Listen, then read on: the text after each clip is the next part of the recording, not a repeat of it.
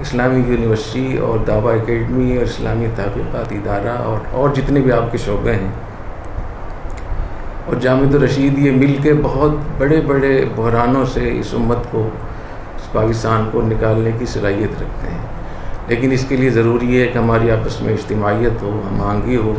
اور ایک نظم قائم ہو کام کرنے کے لیے۔ کوئی بھی ہم فکری نشست قائم کریں تو ان 4 چیزوں پر ہمیں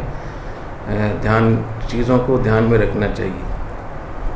حضور اکرم صلی اللہ علیہ وسلم کی جو بعثت ہے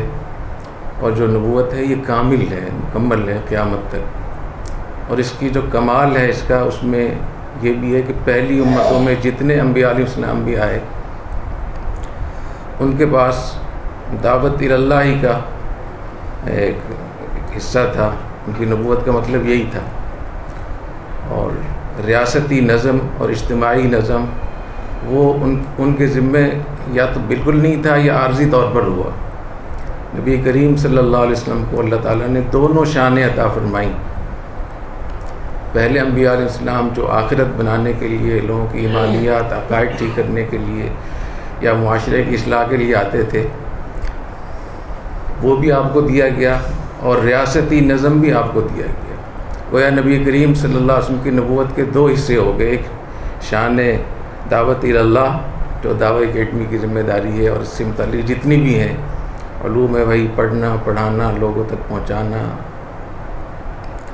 اور دوسری اس کی تنفیذ ہے،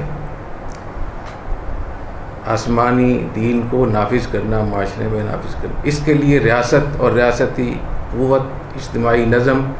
وہ بھی نبی کریم صلی اللہ علیہ وسلم کو دی گئی۔ اس لیے آپ بیک وقت نبی بھی تھے، داعی بھی تھے اور سلطان بھی تھے، لیکن ایک حکمت اور مصلحت کی وجہ سے سلطنت کی شان کو مغلوب رکھا گیا تاکہ لوگ سلطنت کے پیچھے نہ پڑیں۔ چنانچہ حدیث شریف میں آتا ہے کہ جبریل امین حاضر ہوئے اور پوچھا کہ اللہ تعالیٰ آپ سے پوچھ رہے ہیں کہ ملکن نبیًا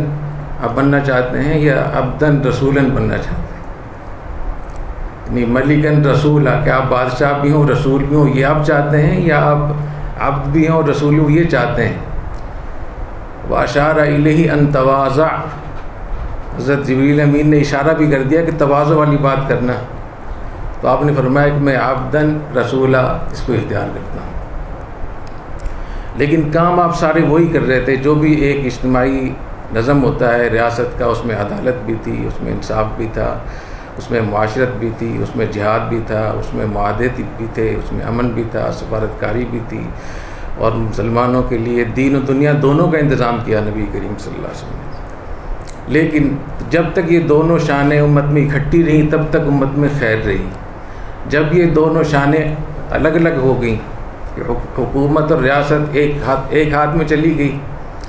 اور جو نبوت کی دوسری شان تھی وہ دوسرے ہاتھوں میں چلی گئی، تو پہلا امت میں جو بڑی خرابی آئی وہاں سے آئی۔ حدیث شریف میں آتا ہے کہ لَتَنْتَقِضَنَّ عُرَى الْإِسْلَامِ عُرْوَةً عُرْوَةً، اسلام کی کڑیاں ایک ایک کر کے ٹوٹیں گی۔ كُلَّمَا انتقضت عُرْوَةٌ تَشَبَّثَ النَّاسُ بِالَّتِي تَلِيهَا، جب بھی کڑی کوئی ٹوٹے گی لوگ ساتھ والی کو پکڑ لیں گے، وہ ٹوٹے گی پھر ساتھ والی کو، اسی طریقے سے اسلام کمزور ہوتا جائے گا۔ اولہن الحکم، سب سے پہلے اجتماعی نظم، ریاستی نظم وہ ٹوٹے گا کہ مسلمانوں کو جو اللہ نے حکم الہی، حکومت الہیہ، یہ اسلامی حکومت قائم کرنے کا مکلف فرمایا تھا، جس کی بنیاد نبی کریم صلی اللہ علیہ وسلم نے، خلفاء راشدین نے رکھی، سب سے پہلے اس کے اندر خرابی پیدا ہو۔ وآخرہن الصلاۃ، سب سے آخر میں مسلمانوں کے پاس سے نماز جائے گی۔